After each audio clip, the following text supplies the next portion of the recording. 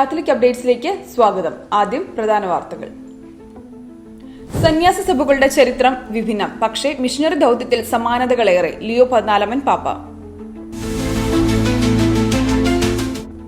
AI ഉപയോഗിക്കാതെ തലച്ചോറ് പ്രയോഗിക്കുക, വൈദികരോട് മാർപ്പാപ്പ. പൗരസ്ത്യ സഭകൾക്കായി പുതിയ കാനോനിക കമ്മീഷൻ രൂപീകരിച്ചു. ദേവദാസൻ തിയോഫിനച്ചൻ ധന്യപദവിയിലേക്ക്. മലയാറ്റൂർ കുരിശുമുടി തീർത്ഥാടനം ആരംഭിച്ചു. വാർത്തകൾ വിശദമായി. സന്യാസ സഭകളുടെ ചരിത്രം വിഭിന്നം, പക്ഷേ മിഷണറി ദൗത്യത്തിൽ സമാനതകളേറെ. ലിയോ 14 പാപ്പ. കൂട്ടായ്മയുടെയും വാത്സല്യത്തിന്റെയും ശ്രദ്ധയുടെയും ക്ഷമയുടെയും അടുപ്പത്തിന്റെയും വികാരങ്ങൾ സന്യാസ സമൂഹാംഗങ്ങൾ പരസ്പരം നിലനിർത്തുവാൻ എപ്പോഴും പരിശ്രമിക്കണം. കുടുംബാത്മകമായ അന്തരീക്ഷം സഭയിൽ വളർത്തണം. ദൈവവുമായുള്ള കണ്ടുമുട്ടലിൽ നിന്നും, വിശുദ്ധ കുർബാനയിൽ നിന്നും, പ്രാർത്ഥനയിൽ നിന്നും, ആരാധനയിൽ നിന്നും, വചനം കേൾക്കുന്നതിൽ നിന്നും, കൂദാശകളുടെ ആഘോഷത്തിൽ നിന്നും കുടുംബ അന്തരീക്ഷം ഊട്ടിയുറപ്പിക്കണം.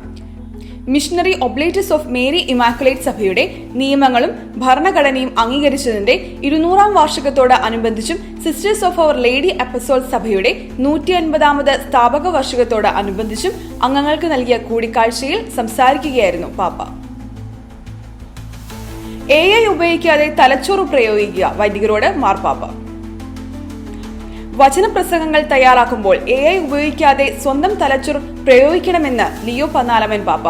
റോം രൂപതയിലെ വൈദികരുമായി സംസാരിക്കുകയായിരുന്നു പാപ്പ. വൈദികരുടെ ചോദ്യങ്ങൾക്ക് പാപ്പ ഉത്തരം നൽകി. വൈദികർ പ്രാർത്ഥിക്കണമെന്നും പഠിക്കണമെന്നും വൈദിക സാഹോദര്യം പുലർത്തണമെന്നും പാപ്പ വൈദികരെ ഉപദേശിച്ചു. പൗരസ്ത്യ സഭകൾക്കായി പുതിയ കാനോനിക കമ്മീഷൻ രൂപീകരിച്ചു. പൗരസ്ത്യ സഭകൾക്കായുള്ള കാനോനിക നിയമം പരിഷ്കരിക്കുന്നതിനായി സിനഡാത്മക പ്രവർത്തനങ്ങളുടെ വെളിച്ചത്തിൽ മെത്രാൻമാരുടെ സിനഡിന്റെ ജനറൽ സെക്രട്ടേറിയറ്റ് പുതിയ കാനോനിക കമ്മീഷൻ സ്ഥാപിച്ചു. കമ്മീഷന്റെ ആദ്യ സമ്മേളനം ഫെബ്രുവരി 20 നടന്നു. ദേവദാസൻ തിയോഫിനച്ചൻ ധന്യപദവിയിലേക്ക്. ദേവദാസൻ തിയോഫിനച്ചനെ ധന്യപദവിയിലേക്ക് ഉയർത്തി. വിശുദ്ധരുടെ നാമകരണ നടപടികൾക്കായുള്ള ഡിക്കാസ്ട്രി ഫെബ്രുവരി 21-ാം തീയതി ഇതു സംബന്ധിച്ച ഔദ്യോഗിക പ്രഖ്യാപനം നടത്തി. 1913 ജൂലൈ 20-ന് കോട്ടപ്പുറത്ത് ജനിച്ച മൈക്കിൾ കപ്പൂച്ചിൻ സഭയിൽ ചേർന്നപ്പോഴാണ് തിയോഫിൻ എന്ന പേര് സ്വീകരിച്ചത്. 1941 ഏപ്രിൽ 20-ന് വൈദികനായി അഭിഷിക്തനായി. ജീവിതകാലത്ത് തന്നെ പുണ്യാളൻ എന്നാണ് അദ്ദേഹം അറിയപ്പെട്ടിരുന്നത്. 1968 ഏപ്രിൽ 4-ന് ദിവംഗതനായ തിയോഫിനച്ചനെ 2001 ഏപ്രിൽ 5-ന് ദേവദാസനായി പ്രഖ്യാപിച്ചു. മലയാറ്റൂർ കുരിശുമുടി തീർത്ഥാടനം ആരംഭിച്ചു. അന്താരാഷ്ട്ര തീർത്ഥാടന കേന്ദ്രമായ മലയാറ്റൂർ കുരിശുമുടിയിലേക്കുള്ള തീർത്ഥാടനം ആരംഭിച്ചതോടെ പൊന്നിൻ കുരിശു മുത്തപ്പോ പൊന്മല കയറ്റുമെന്ന പ്രാർത്ഥനാ മന്ത്രങ്ങളോടെ മലയാറ്റൂർ ശബ്ദമുഖരിതമാകുന്നു. എല്ലാ ദിവസവും രാവിലെ 5:30-നും 7:30-നും 9:30-നും വൈകിട്ട് 6:30-നും ശനിയാഴ്ചകളിൽ രാത്രി 12 മണിക്കും വിശുദ്ധ കുർബാനയും നൊവേനയും ഉണ്ടായിരിക്കും.